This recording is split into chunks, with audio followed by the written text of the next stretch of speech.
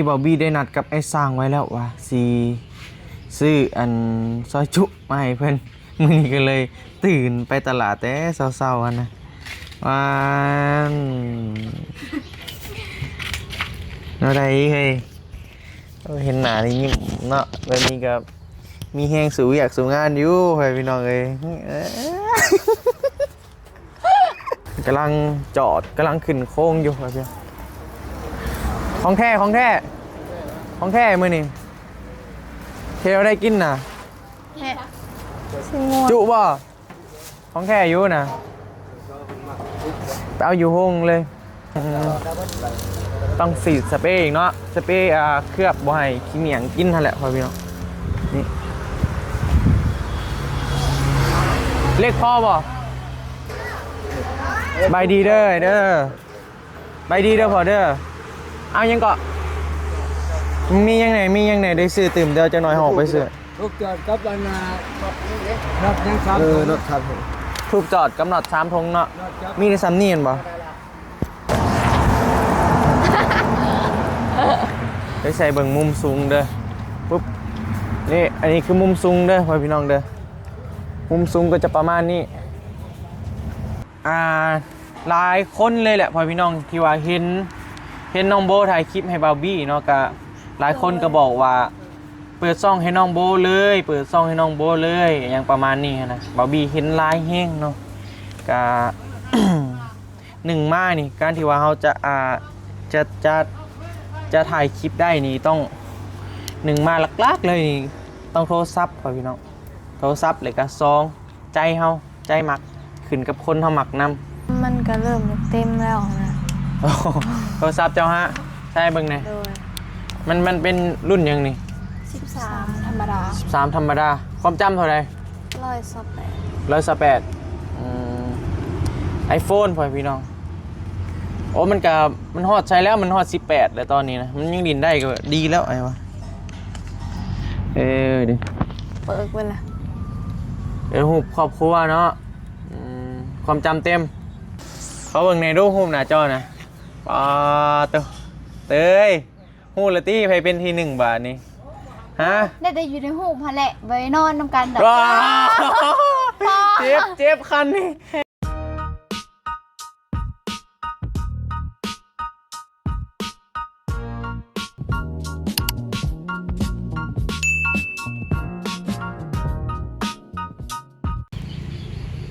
โอเคพ่อพี่น้องพอดีบอบบี้ได้นัดกับไอ้สร้างไว้แล้วว่าสีซื้ออันซอยจุมาให้เพื่อนมื้อนี้ก็เลยตื่นไปตลาดแต่เช้าๆอันนะวันอะไรเฮ้ยเห็นหน้านี่ยิ้มเนาะแบบนี้ก็มีแฮงสูอยากสูงานอยู่พ่อพี่น้องเอ้ย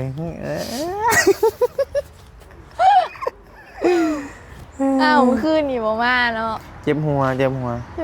บ่คอยกับป้าอันน่ะเด้ใครก็บอกเจ้าเด้อเจ็บหัวบ่อยากมาอยู่เมื่อคืนนี่ก็สลอง100,000 ซับเนาะสลอง100,000 ซับก็ลุกขึ้นเพิ่นไปหน่อยเป็นอะไรเมื่อคืนนี่กินยังไงเอาลีซื้อกุ้งเลี้ยงกุ้งอยากเด้เนาะจะบ่มีวาสนาได้กินน้ำเพิ่นนั่นแหละเฮาตัวบ่มาเนาะบ่มาก็เลี้ยงมื้อนี้บ่ได้บ่เนาะอันย้อนหลังเด้ย้อนหลัง100,000 ซับก็พอดีว่านัดกับไอ้สร้างไว้ว่าสิซื้อซอยจุใหม่เพิ่นว่าสิตั้งใจตื่นแต่เช้าไปโฮงพี่น้องก็บ่อยากก็ตั้งมุงปลุกบ่วีกะตั้งมุงปลุกแต่เช้าๆ 4-5 โมงเช้าพุ่นแหละลงไปซื้อมันจึงสดเด้เพราะมันต้องซื้ออยู่โฮงนะเฮาจึงฮู้ว่าตัวใดงามตัวใดบ่งามมันเพิ่นว่าอยากซอยจุว่าซั่นก็เลยเฮาเว้าแล้วเฮาต้องมีสัจจะเด้ก็ต้องมาแหละพี่น้องถึงว่าสิตื่นเช้าก็อย่าเนาะทักทายสบายดีกันบรรยากาศยามเช้าเลยแหละพี่น้องนี่ยังบ่มีแสงแดดเลยไอ้สร้างเพิ่นก็ลุยงานแต่เช้าเลยบอบบี้มาเช้าแล้วเพิ่นแฮงมาเช้าก่อนขี่รถเข้ามาเอ้าถ่ายกินซอยจุอยู่เด้อว่าซั่น อันนี้นี่ฮะกระตื้นนี่พ่อพี่น้องโบยังบ่ตื่นซ้ำบ่บีมานะคือว่าเลยเนาะผู้สาวตื่นสวยหน่อยนึง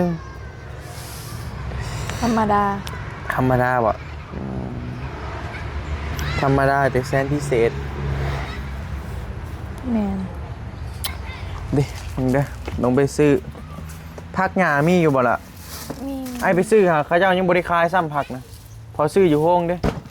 นี่พ่อพี่น้องอย่าเห็นปันใดเด้อ อื มันอันนะเดี๋ยวมันจะพิษกฎป้าไว้นี่ก่อนบ่มาสิบุค่าไปบ่หรือว่าเที่ยวก็ได้ปะบ่นักดิเดี๋ยวสิพามาเบิ่งสีสังกะสีพ่อพี่น้องสีเพิ่นก็ฟ้างามว่าซั่นที่จริงแล้วเพิ่นซื้อไผฟ้างามฮะ สื่อข่อย ซื้อเจ้าเป็นแผ่นเดียวเลยยาวๆพูดเลย ยาวแฮง ยาวคือคนเลยเนาะแม่นวะยาวอยู่ตี กระโตดอกยาว ก็ตัวยาวก็ที่ว่าสีฟ้าเด้อพ่อพี่น้องเด้อสีฟ้าก็เป็นสีหนึ่งที่แบบว่าผู้คนนิยมร้ายเลยแหละเนาะเพราะว่าเป็นสียอดฮิตอยู่ที่บ้านเฮานั่นโรงงานใหญ่ๆน่ะก็สีผ้านี่หลังคานี่ก็สีผ้าหลังคาเฮือนเพิ่นสีฟ้าเพิ่นนี่ก็ผ้าเพิ่นก็นี่ก็สีฟ้างามก็งามสมชื่ออยู่พ่อพี่น้องเอ้ยเบิดซำนี้แหละคนเฮานะคิดว่าตัวเองงามบ่ บ่ เป็นหยัง บ่ได้มั่นใจปานนั้น บ่ได้มั่นใจปานนั้นอันยังที่ว่าเพิ่มต้องเฮ็ดแนวใดจึงสิเพิ่มความมั่นใจให้ตัวเองได้ฮะ หน้า หน้าบ่ถ้าหน้าใสนี่คิดว่าตัวเองงามบ่ ก็น้อยหนึง ไปหาเจน้อยฮันเจน้อยเราเซียนเรื่องนี้เราไปแบบพวกอันคลินิกอะไรยังตลอด ว่าอยาก เขาเจ้าจะหู้นะขอคำแนะนำจากเราเลยเจ้าก็ลองเบิ่งเราสิหู้ว่าอยู่ไซฮะนะเพราะว่าเราหมักไปแบบเห็ดสวยเห็ดงามของเราแหละพอพี่น้อง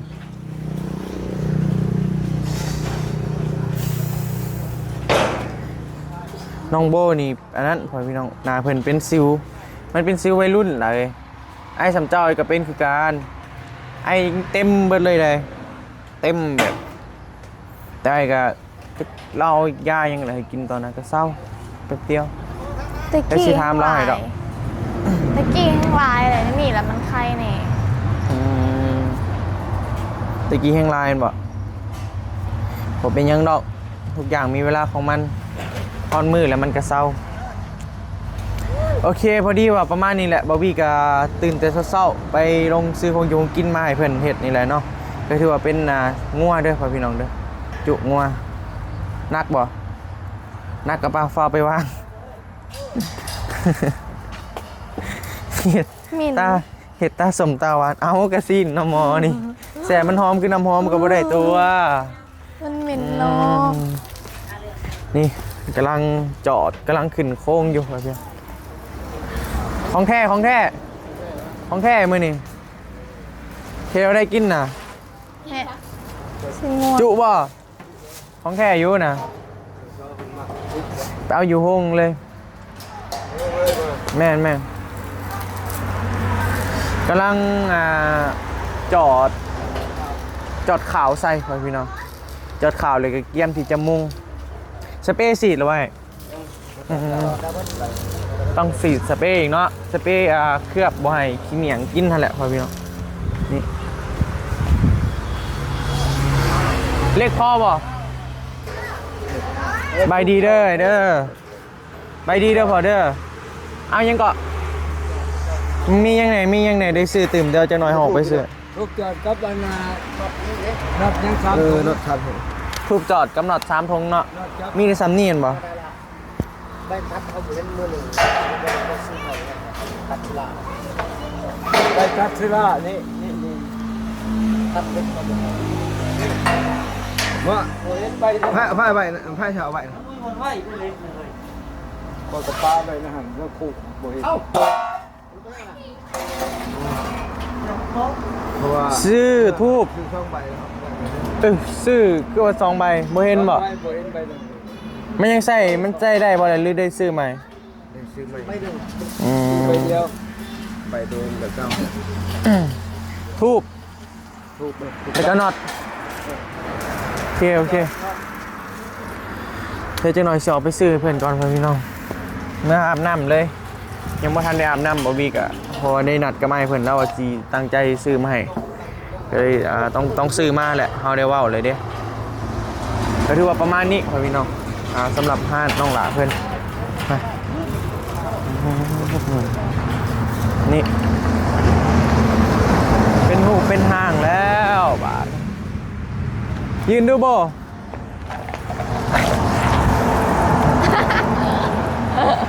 ไปใส่เบิ่งมุมสูงเด้อปุ๊บนี่อันนี้คือมุมสูงเด้อพ่อพี่น้องเด้อมุมสูงก็จะประมาณนี้ สิเป็นหูปเป็นห่างแล้ว เป็นห้านแล้วบาดนี้เป็นห้านแล้วสบายดีเจ้า โดยสบายดี ซื้อหัวใจเนี่ย บ่ขาย บ่ขายบ่เอาไว้ให้ใคร บ่บอก ฮะ บ่บอก ไอ้บ่ ความลับ จะว่ามีคนติดจ้องแล้วป่ะจ้า จักแล้วเนาะ แม่นบ่ขายเท่าใดบ่ขายหยังวะ ต้องเฮ็ดเอาได้ซะจึงสิได้ บ่ฮู้แล้ว ฮะต้องเฮ็ดแนวใดจึงสิได้หัวใจเจ้ามาครอบครองประมาณนี้พ่อพี่น้องเพิ่นเอาออกมาทั้งข้างนี่80เซนทั้งออกมันเอาออกมาทั้งข้างนี่เบื้องหน้าก็80เป็นสายคาพอดีงามแล้วบ่วิวเด้ประมาณนี้ก็ถือว่าไวแฮงเลยอ้ายเพิ่นเฮ็ดกันว่ามันก็มามันก็เล็กนะเล็กมันก็เลยว่าค่อนข้างว่าไวแน่เพราะว่าเขามีแต่จับใส่เลยเด้นี่เพิ่นจอดเพิ่นนี่ยังเรียบร้อยแล้วก็คือเว้ยเอามาคุมเบี้ยก็ คือบ่ นี่ มาคุมเบี้ยบ่สวัสดีครับบอส ครับ สวัสดีค่ะ วันนี้ วันนี้เรา ร้านจะเสร็จวันไหนครับ ยังไม่รู้ค่ะ ไม่รู้คือว่าประมาณนี้แหละเด้อว่าพี่น้องเด้อมื้อนี้คาดว่าจะได้มุ่งเนาะมื้อนี้คาดคิดว่าจะได้มุ่งพี่น้องเพราะว่าเพิ่นจอดเล็กนี่แหละตอนเล็กตอนนี้ใส่เบิดนี่เอาเล็กนี่ขึ้นใส่โค้งแล้วก็สีสเปรย์กันเมียงกันสนิมมาแหละแล้วก็มุ่งเลยบาดเดี๋ยวบอบบี้ก็สิออกไปซื้อน็อตกับใบตัดอะไรอย่างต่างๆแหละที่ว่ามันยังบ่พอมาให้เพิ่นว่าพี่น้อง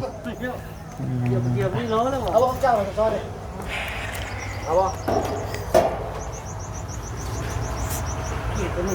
เป็นอะไรเห็นภาพนี้แหละ ดีใจ ดีใจไปได้ อ้าวก็ดีใจแหละเนาะ ฮะ ใจแหละพรบาทหนึงอะ บ่ได้ มื้อนี้ก็ยังมาเศร้านะพ่อพี่น้องยังบ่มีใครมาดอกเพราะว่าบอบบี้ยังสิได้เมื่อเฮือนอยู่เพราะว่ามันเศร้าแฮงได้เนี่ยเศร้าๆเลยสร้างนี่ก็มาเศร้าเนาะเพราะว่าไอ้ทีมงานสร้างนี่ก็ต้องแข่งกับเวลาคือกันเพราะว่า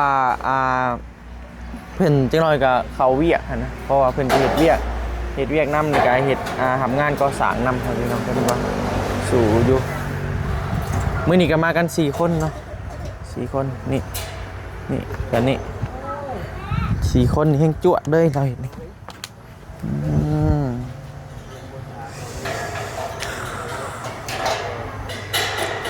ร่อยได้จักหน่อยเนาะมื้อนี้ได้มุ่งไว้ มามุ่งตอนค่ำ มุ่งตอนค่ำ วันแรกตัวนี้เขาสิมีเพชรละเลย เวลาแล้ว เดี๋ยวจึงมุ่งแม่นบ่จวดอะลิ3 มื้อแล้วเลยก็ตุ๊ไว้เนาะ คนแรกมื้อนี้เท่า2 2 มื้อสิเอาให้แล้วมื้อนี้เลยบ่ เบิ่งสภาพมันเดียวกับมื้อนี้ พี่ออกไหม อันใส่เล็กอันนี้กายใส่อยู่แล้วเนาะแป๊บเดียวก็แล้วแหละนี่อุ้ยแสงไฟนี่มัน มื้อนี้มัน กาเพื่อขึ้นมาได้เป็นหนึ่งเนาะ ยันฝนตกฮะ มันตกมันได้ยุบมันเห็ดบ่ได้ ไฟฟ้าเนาะแข็งอยู่ทั้งเลยเนาะเป็นว่าใส่กับเล็กซ้ำอันตรายอยู่ มีแต่เฮาซื้อแต่สำนันเนาะบ่มียังเพิ่มเติมบ่น่าจะเบิดเลยเนาะครบไปแล้วเล็กนี่พ่อไว้หรือว่าเรือ ดี พอดีเนาะ ขึ้นลงเลยครับเรือเลย ดูเรือแต่เศษมันเนาะเรือจะเป็นเศษมันนี่มันคือแนวนี้ฝนดีของการใส่เล็กค่ะมันน้อยหนึ่งกับมันสามารถต่อกันได้ดิคือแบบนี้จะต่อกันได้แต่มันจะบอดี้เซียลายคือไม่เนาะไม่นี่แพงแล้วก็ต่อว่าได้ มันเปลืองมันสิ้นเปลืองลายขี้ไล่แม่นบ่มันขดมันบ่ขดอีกเนาะแม่นบ่อันนี้มันซื้อแล้วได้พ่อพี่น้องซ้ำได้ก็ซ้ำนั่นได้ตามเขาจอดได้น้ำเทียงจึกใส่กันเนาะเรียบร้อยแล้วไม่นี่ไม่ขดไม่บ่ขดอีก มาเป็นปุ๊บเสียเวลาอีก โดยอันสมุดเป็นเสาเฮือนกับราคาเดียวกันบ่ตั้งเสาเทคานนี่ ใช่ครับนี่ เอา เพื่อน โดย ก็ เสาเฮือนนี่มันสิหนาใหญ่กว่านี้เนาะ คนนี้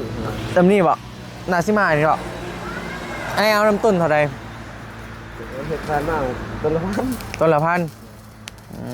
ตั้งเสาเทคาน บ่ตั้งเช้าให้ตั้งเช้าเหตุการณ์ทำอะไรตามเม็ดต่างหาก ตามแม่ตั้งหาอีกเทคานกัน เช้าร่วมกันอีกนะต่อลงมาว่าพอใจทุกคนพอใจกันครับแต่ราคาบ้านนี้ครับอะไรต้นละพัน ต้นละพันเนาะเทคานหลายตั้งหาเทคานนี่หลายเป็นแมตรบ่แมตรเท่าใด โดนก้อนี่ก็ภาษาหนึ่งอะไรตามเม็ดมีการเม็ดเช่นหา แมตรแสนห้า แล้วเอาเงินบนห้อง โดย อะไรยุบเงียบแล้ว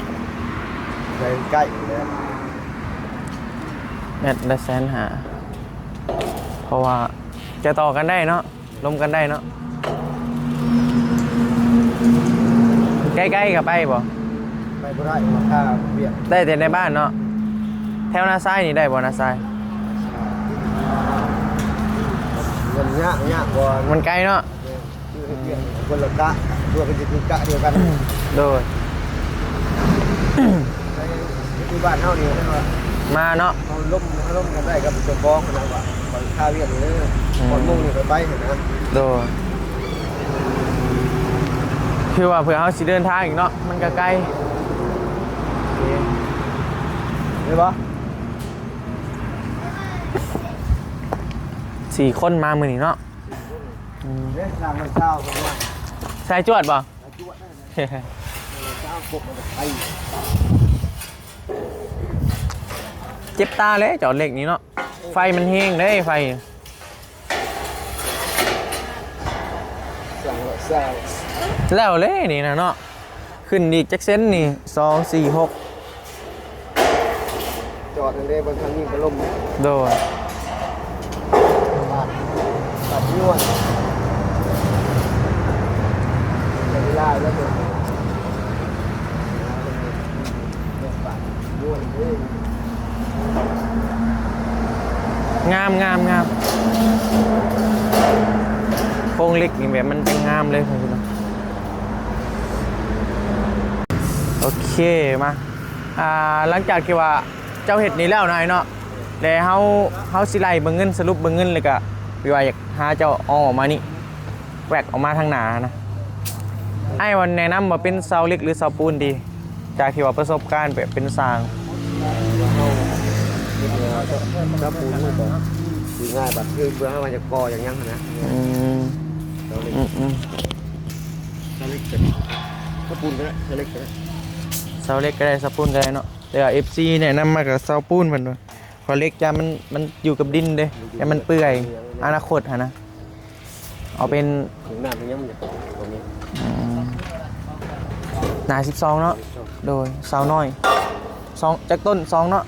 เพราะว่ามันจึงมีเนื้อที่ในทางหนามันจึงงามมันจึงโล่งเลย ที่จริงอันนี้เขาเห็นแบบคนไทยเขาเจ้าเห็ดเนาะทางกลางนี่บริใส่เลย เนาะว่ามันไม่ได้หับน้ำหนักลายเสามันใหญ่แบบเขาเจ้ายังไงมันโล่งข้างๆอะนะ กระจกซานนั่น แม่นซานคือมันให้มันเน่นๆเนาะงามแล้วงามได้ไงเห็นเนียบขนาดเลยเว้ยก็มันเป็นเล็กขนาดน้อยเนาะมันเลยอะนะค่าส่งค่าสร้างเด้ เวลาเป็นไร หย่อมเยาอยู่เนาะคนกันเองสิบนักปานใดดีออกมานี่แหละก็ตั้งหาเลยไงตั้งซอยๆกันนั่นแหละ ประมาณ3 เมตรเลยเนาะ ฮะ ประมาณ3 เมตร เจ้าก็เบิ่งกระทำเราก่อนว่าเนื้อทีเราเท่าไหร่ก็น่าจะซ้ำเก่าแล้วนั่นแหละ ทำเก่าเลยประมาณชุดๆอยู่ใน3 เมตร โดยออกมาหน่อยนึงใช่ยังใช่ไพ่บ่ ใส่เครื่องเทศเป็นสายเปื่อยได้คือ โดย ตัวนี้ตัวนี้ ผมเป็นยิงดอกอันนั้นยังคุ้งป้ายนั่นขึ้นคุ้งเลยยังสูงมันติดกับอันนั้นเนาะเสาไพ่ไง เอาตัวนี้นะครับพากันไล่ โดยลองไล่เบิ่งปิดจอบมื้อนี้บ่จาก เบิ่งสภาพเบิ่ง เบิ่งสภาพถ้าฝนบ่น่ะก็ได้เนาะ คำมันก็คันแล้วครับ อืม ตัวนี้ทุกคนทุกภาค โดยผักมื้อนี้วันหยัง เพราะเป็นภาค ตั้งใจผักนี่บ่ ภาคเปลี่ยนกะ โอ้ลูกชายว่า แม่ลูกหลาน ไอ้มีลูกจักคนเหรอ 3 คนโดยก็มีแต่นั้นน่ะแหละเดี๋ยวถ่ายเฮ็ดอันนี้แล้วก่อนเฮาจ่ายค่าสร้างค่าหยังแล้วแล้วก็จึงสิมาสรุปเบิ่งถ้าสิคันแนว่ามันยังพอเหลือเลยก็ใช้ให้ต่อเลยนะคือสิเหลืออยู่ดอกคือสิได้อยู่ออกมาทางหน้านี่มันก็ซื้อเล็กซื้อหยังก็เบิดบ่หลายหรอกเนาะหน่อยหนึงเนาะ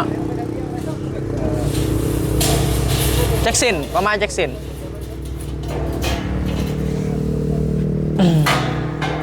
โอเคแล้วจึงว่ากันหน่อยเนาะโดยเดี๋ยวให้อ้ายเพิ่นเฮ็ดเวียกก่อนพอพี่นะ เพราะว่าเอาตัวมูระยะ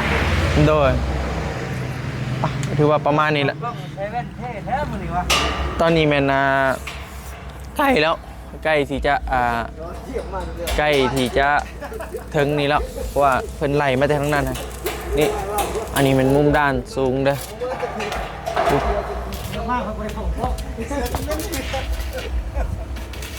ประมาณนี้พอพี่เนาะ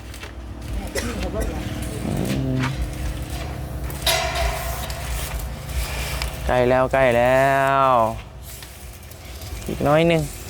ก็แล้วละใช่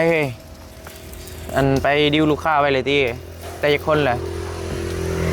ยัง ฮะ ยัง แต่อีกคนเลยลูกค้าบ่ โมมี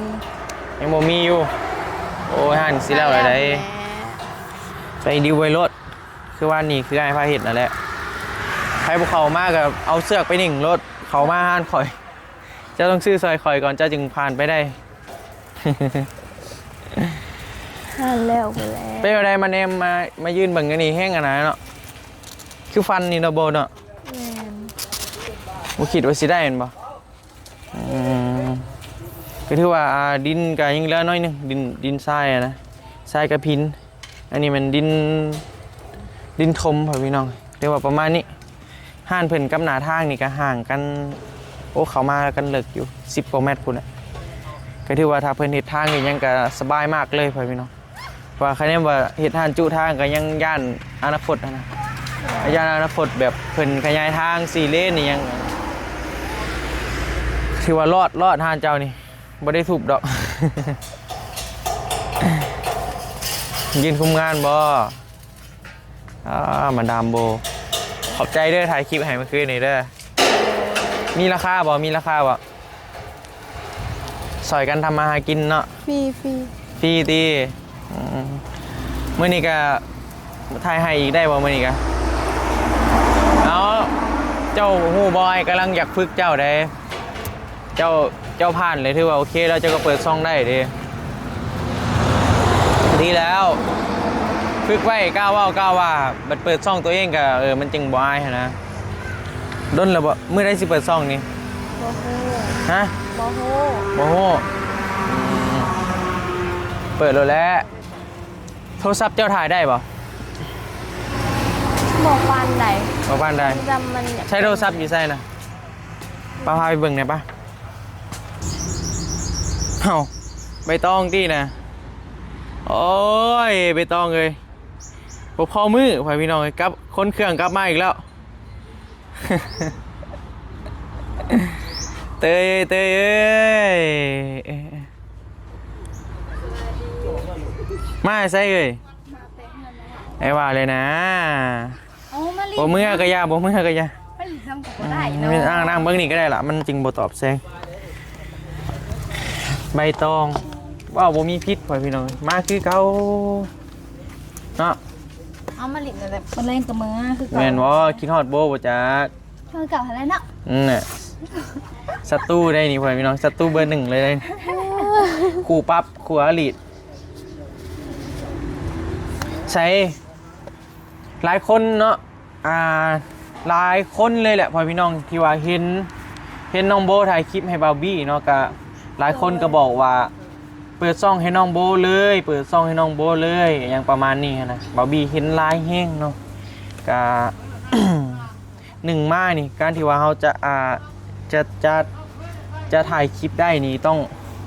หนึ่งมาหลักๆเลยนี่ต้องโทรศัพท์พ่อพี่น้องโทรศัพท์เลยก็ซองใจเฮาใจหมักขึ้นกับคนเฮาหมักนำคือใบเตยและโบนหมักบ่มาหมัก อยู่ คืออยากเปิดซ่องบ่เลย กับบ่ท่านในว่าอยากเปิดปานใดหั่นนะเบิ่งก่อน เป็นยังคือยังบ่ทันอยากเปิด มันก็ขึ้น มันเป็นแนวใดมันเป็นแนวใดคือว่าอยากเปิด ความจำมันก็เริ่มจะเต็มแล้วนะ โอ้โหโทรศัพท์เจ้าฮะใช่เบิ่งแหน่ โดย มันเป็นรุ่นยังนี่ 13ธรรมดา 13ธรรมดาความจำเท่าไหร่ 128 ไอโฟนพ่อพี่น้องโอ้มันฮอดใช้แล้วมันฮอด18แล้วตอนนี้นะมันยังดินได้ก็ดีแล้วไอ้วะดิ เปิดเวลา หูครอบครัวเนาะความจำเต็มเรื่องถ่ายคลิปนี่มันต้องไอโฟนนี่โบปานใดดอกพ่อพี่น้องS23 S24นี่ก็ถือว่าโอเคแล้วซัมซีถ่ายแล้วแบบใบเตยนี่ก็คักเบิ่งหาใบเตยโทรศัพท์เจ้าธรรมดาเองสุดละ17พอพี่น้องอันนี้มัน17อันนี้มันแบบคู่แข่ง S25 S26 คู่แข่ง S26 ก็ถือว่าคุณภาพก็ซ้ำกันกับ S26 คุณแหละพอพี่น้อง iPhone 17ความจำเต็มเอา iPad เด้ iPad ก็ได้ มันก็บ่คักเลยจำ iPad ถ่ายจริงเนาะ ลองสัมภาษณ์ใบเตยดูสมมุติจำ iPad ถ่ายโอ้ยเนาะโตเราบ่ให้ซื้อโทรศัพท์ให้เนาะซื้อโทรศัพท์แล้วก็แล้วแหละซื้อ iPad นั่นมันบ่มีแบบ บ่มีหยัง นี่มันสีแบบธรรมดาเลยค่ะนะชิลองมามันซูมมันเนียงบ่ได้มันอันนะพี่บอกเขาสต็อปบ่ได้มันสต็อปบ่ได้มันเป็นกล้องธรรมดาเนาะมันบ่แม่นแนวมันนะมันต้องโทรศัพท์เอ้ยเบิ่งดูนะใช้เบิ่งเขาเบิ่งในดูรูปหน้าจอนะปาตัวเต้ยฮู้ละตี้ไผเป็นที่1บาทนี่ฮะ ได้แต่อยู่ในหูพะแหละไว้นอนนำกันแบบ เจ็บคันนี่คำนี้แห้งอะไร แฮงเวอร์ แทงใจแห้งอะไรคำนี้ สู่เฮาบ่ได้คือเก่า โอ้ยเนาะโอ้เจ็บแห้งคำนี้เจ็บแห้งอะไรวะแท้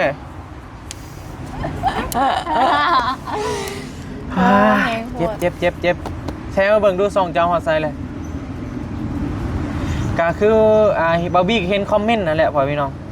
เห็นคอมเมนต์หลายๆคนเลยแหละบาร์บี้เปิดซ่องให้น้องโบนี่อย่างประมาณนี้นะ เมื่อวานก็หารอดเก่าๆนะคะ โอ้อันนี้เป็นซ่องใบเตยเด้อพ่อพี่น้องเด้อน้องใบเตยชาแนลเนาะ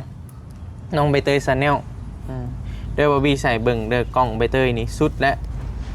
ดในโทรศัพท์แล้วนี่มันต้องกล้องประมาณนี้แล้วก็การสั่นกันยังนำพ่อพี่น้องมันจริงงานเฮ้ยมันจริงออกมาดีนะถ้าว่าโทรศัพท์แบบซุ้ม4ซุ้ม5ก็คือโหดแล้วมันก็ถ่ายได้แต่ก็1มานี่ถ่ายคลิปนี่เรื่องความจำนี่แหละพ่อพี่น้องความจำนี่เพราะว่าคลิป1เฮา30นาทีนี่ความจำมันนี่โอ้หลายเฮงเลยโทรศัพท์จึงสามารถถ่ายได้โทรศัพท์แบบรุ่นเก่าๆแบบ Samsung อหยังตะกี้หั่นน่ะ A อหยังหั่นน่ะถ่ายได้อยู่แต่ว่ามันกระตัด5นาทียังมันก็ความจำเต็มแล้วนะมันต้องแบบไอโฟนแบบแรมสูงๆหรือว่า S24 S25 นี่แหละคือว่าจริงได้ในการถ่ายคลิปมันจริงได้เขาต้องมีกี่นี่ฮะก็ว้าวไปพี่น้องโทรศัพท์บาร์บี้ก็ตัดแล้ว อันนี้บาร์บี้ก็10 นาทีนี่ก็ตัดคือกันเพราะ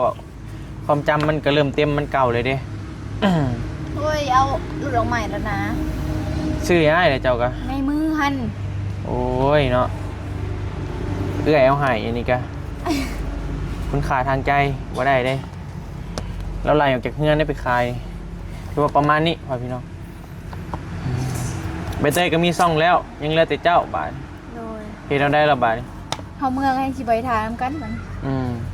บอกกันว่ามีซ่องแล้วก็เจ้าไปเยี่ยมใบเตยมาเยี่ยมเจ้าเปลี่ยนกันถ่าย ก็อยากเฮ็ดอยู่ อยากเฮ็ดอยู่แม่นบ่ โดย แต่มันค่าน้ำยังละบาทนี่ โทรศัพท์นี่แหละ โทรศัพท์ความจำเต็ม แม่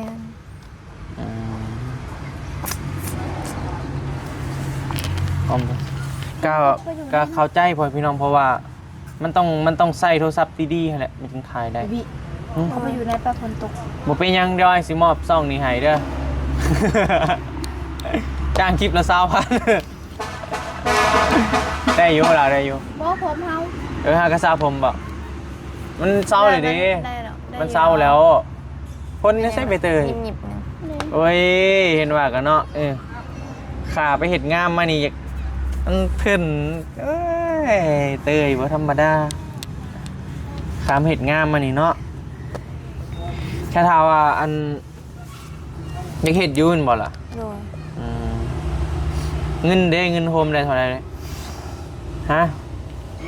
เดี๋ยวพอถึงเลยว่าจะเอาไปซื้อเครื่องอยู่ จะเอาไปซื้อเครื่องนักเรียน เฮียน แม่ อยู่ นบาคำห้องหมูซื้อแซววานเฮาเป็นยังหนังอยู่เงินอยู่ บ่ได้ เนาะ ซื้อซ้ FC ไลน์แห้งได้คอมเมนต์อยากให้โบมีซ่องนะฟ้าหนึ่งมากก็คือหัวแหละถ้าว่าวิวเฮาพอได้มันก็พอได้เงินอยู่พ่อพี่น้องการในการเฮ็ด YouTube นี่พอเฮาบ่ได้ลงทุนหยังเด้มันแค่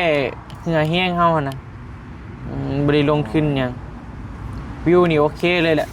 ถ้าว่าเฮาแบบพอได้ ในตอนนี้ก็1มานี่มันเป็นนาทีทองในตอนนี้นาทีทองแห้งโอกาสทองสำหรับเจ้าสำหรับพวกเจ้าเด้อหลายเด้อไอ้สิบอกให้คือฮู้แหละเนาะทุกอย่างมีวันแบบเบิดอายุแม่นบ่ตอนนี้เพิ่นยังหักเฮาอยู่ FC นะเพิ่นก็เบิ่งให้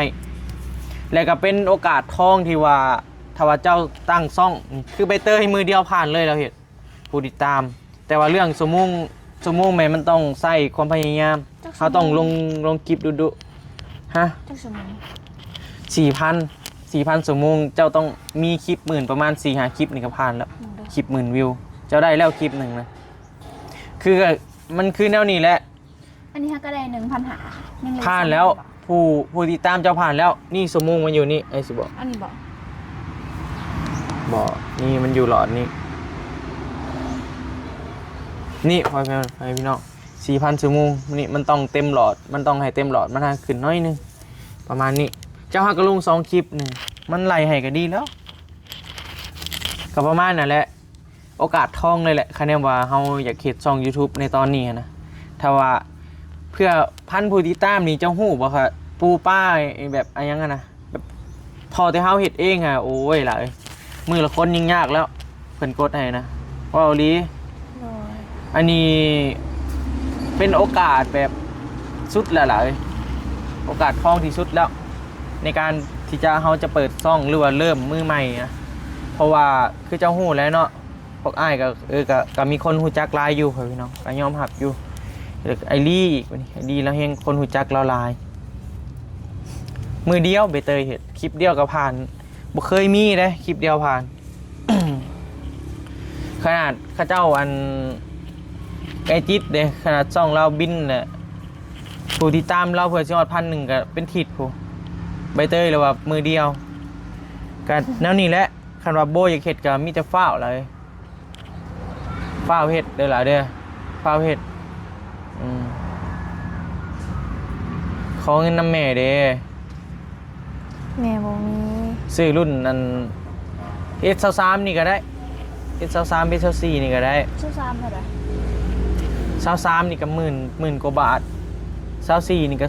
20,000 ช่องหา 25นี่ก็มือ2บ่หรือมือหนึ่ง มื้อหนึง 30,000 กว่าบาท โซกดิ 40,000 กว่าบาทถ่ายคลิปนี่ถามว่ามันอยู่ในรถมือ2ก็ได้มือ2ก็ได้ประมาณ 20,000นี่โอเคแล้วS24 25ดีแท้ก็25เลยมันจึงลูกหลินมันจึงครับประมาณนั้นคะแนนว่าก็เป็นโอกาสทองของเจ้าเลยล่ะคือคะแนนเจ้าตั้งเลยก็ถือว่าอันนั้นเลยนะผ่านแป๊บเดียวแห่งดีได้ถ่ายกับไม้แบบ FC เพิ่นกำลังหมักนะสมมุตินี้กับตอนนี้ก็คือไอ้มานี่ไงกับสิพาเจ้าถ่ายสิพาเจ้าดันนั่นแหละมันเป็นอาชีพที่แบบโอ้สุดเลยแหละอิสระนี่นะคะแนนว่าเจ้ามีซ่องได้กับไอ้เกษตรให้มันผ่านให้ได้นะไอ้สัญญาไว้สีเห็ดให้ผ่านให้ได้ไอ้สีดันสมุงเลยกับสีดันผู้ที่ตามมาก็บ่ยากดอกยากน้ำสมุงนั่นแหละพอพี่น้องแต่ว่าไอ้ดันให้เจ้าผ่านได้คะแนนว่าเจ้าตั้งซ่องเด้อได้สีซอยในตัวนี้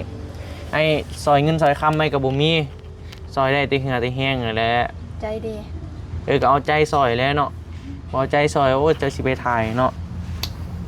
กันแนวหน้าแล้วเด้อ โดย อันนี้ก็คือเห็น FC เม่นไลน์พอพี่น้องบอวี่ก็เลยเอามาเว้าเนาะก็คือเหตุผลของน้องเพิ่นก็หนึ่งมาโทรศัพท์ความจำเต็มนี่แหละพอพี่น้องยากอยู่หลักไปขายรถมีอย่างนี้ฮะ บ่มีหยังคล้ายๆซ้ มีแต่ใจควายก็ได้ อยากถึกเลขเด้เนาะซื้อให้เลยซะ เลขบ่ซื้อไม่แต่อยากถือเลข